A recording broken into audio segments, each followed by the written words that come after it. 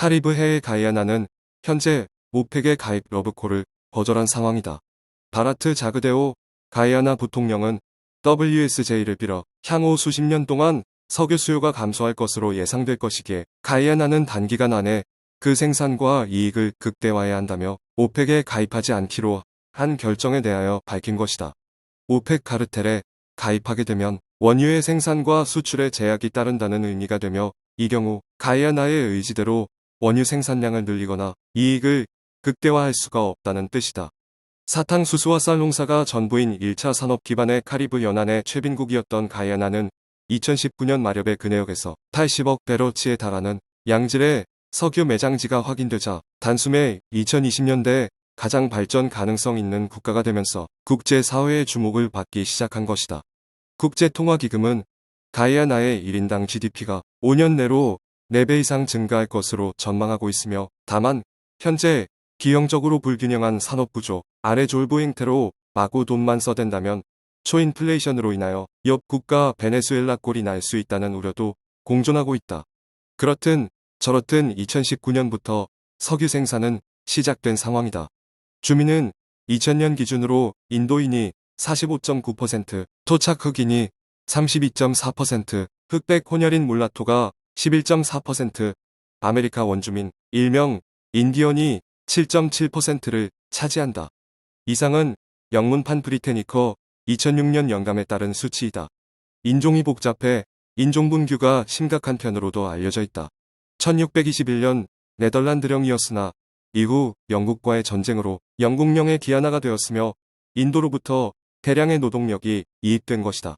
제2차 세계대전 후 주민의 자치 요구가 거세졌고 1953년 자치를 전제로 입법의회 선거가 실시되어 자치정부가 성립되었으나 영국이 무효하여 헌법을 정지시켰으며 영국은 군사적인 탄압을 단행하였다. 1961년 새 헌법이 공포되었고 1966년 독립국가가 되었다. 실상 1970년 공화정이 수립되었으나 1980년 협동조합을 기초로 하는 사회주의 건설을 목표로 한 새헌법이 발효되었고 1970년대부터 이미 조선민주주의인민공화국 북한과도 활발한 교류를 이어오고 있다. 사탕수수 쌀이 주요 농산물로 사탕수수는 플랜테이션에 이어 현재 대규모 두 회사의 대농장에서 생산되고 있다. 롬의 제조, 카카오 바나나 등의 생산도 활발하며 천연자원 보크사이트를 세계적으로 대량 생산하고 있는 가운데 알루미늄, 다이아몬드, 금, 망간, 몰리브덴 등의 지하자원도 풍부한 것으로 알려지고 있다. 대한민국 외교부와 국토교통부, 농촌진흥청, 산림청, 국토정보공사, 한국부동산원으로 구성된 정보협동농업, 토지협력사절단, 단장으로 농촌진흥청의 기술협력국, 원태균 국장 이하 사절단은 2023년 2월 27일에서 3월 3일의 기간 동안 토지정보 및 농림 분야의 협력 방안을 논의하기 위하여 파라과이 및 콜롬비아를 방문하였고 그 마지막 날 가이아나를 방문하였다. 앞서 2월 개최된 카리콤 정상회의에 참석한 박문규 국무조정실장은 가이아나가 주도하고 있는 카리콤의 식량 안보 강화에 기여하고자 농업협력을 위한 사절단을 파결키로 한 바 있었고 가이아나 및 카리브 지역과의 협력에 대한 관심을 표명하기 위하여 이루어진 사절단이 가이아나의 술피카 무스타파 농업부 장관을 포함한 외교부, 산림위원회 등 관계부처의 인사들을 면담한 것이다. 식량 안보의 달성과 농산물 수입 의존도를 줄이는 것이 가이아나의 농업 발전을 위해서 중요하다는데 공감을 표한 뒤 카리브 지역에서 지속 가능한 농업기술 발전을 위한 신규 농업 파트너십 구축을 위한 방안을 논의한다는 것이다. 그러나 사실상 더합 서브라질, 러시아, 중국, 인도, 남아프리카 공화국이 주축을 이루고 있는 브릭스의 일원인 인도가 지난해 설탕 수출을 제한한 상황에서 이루어진 사절단의 파견은 결국 이어서 사우디 등 중근동의 6개국이 브릭스 가입 및 인도가 설탕 수출을 전면 금지시킨 사실들이 일련의 유의미한 사실로 그 사건들과도 분립하여 무관 무의미한 다른 사건들로 넘겨버릴 사안의 것은 아니라는 것이다. 가이아나 산림위원회와 한국산림청은 양국의 산림정책과 레드 플러스 현황에 대해 공유하고 국제기구 G기를 통한 맹그로브 숲의 복원 등 상호협력의 가능성에 대해 논의하였으며 칸디다 다니엘스 가이아나 외교부 국제협력국 장관은 양국 간의 주요 연안 및 2030 부산 세계 박람회 유치 등 국제 무대에서의 협력도 논의되었다.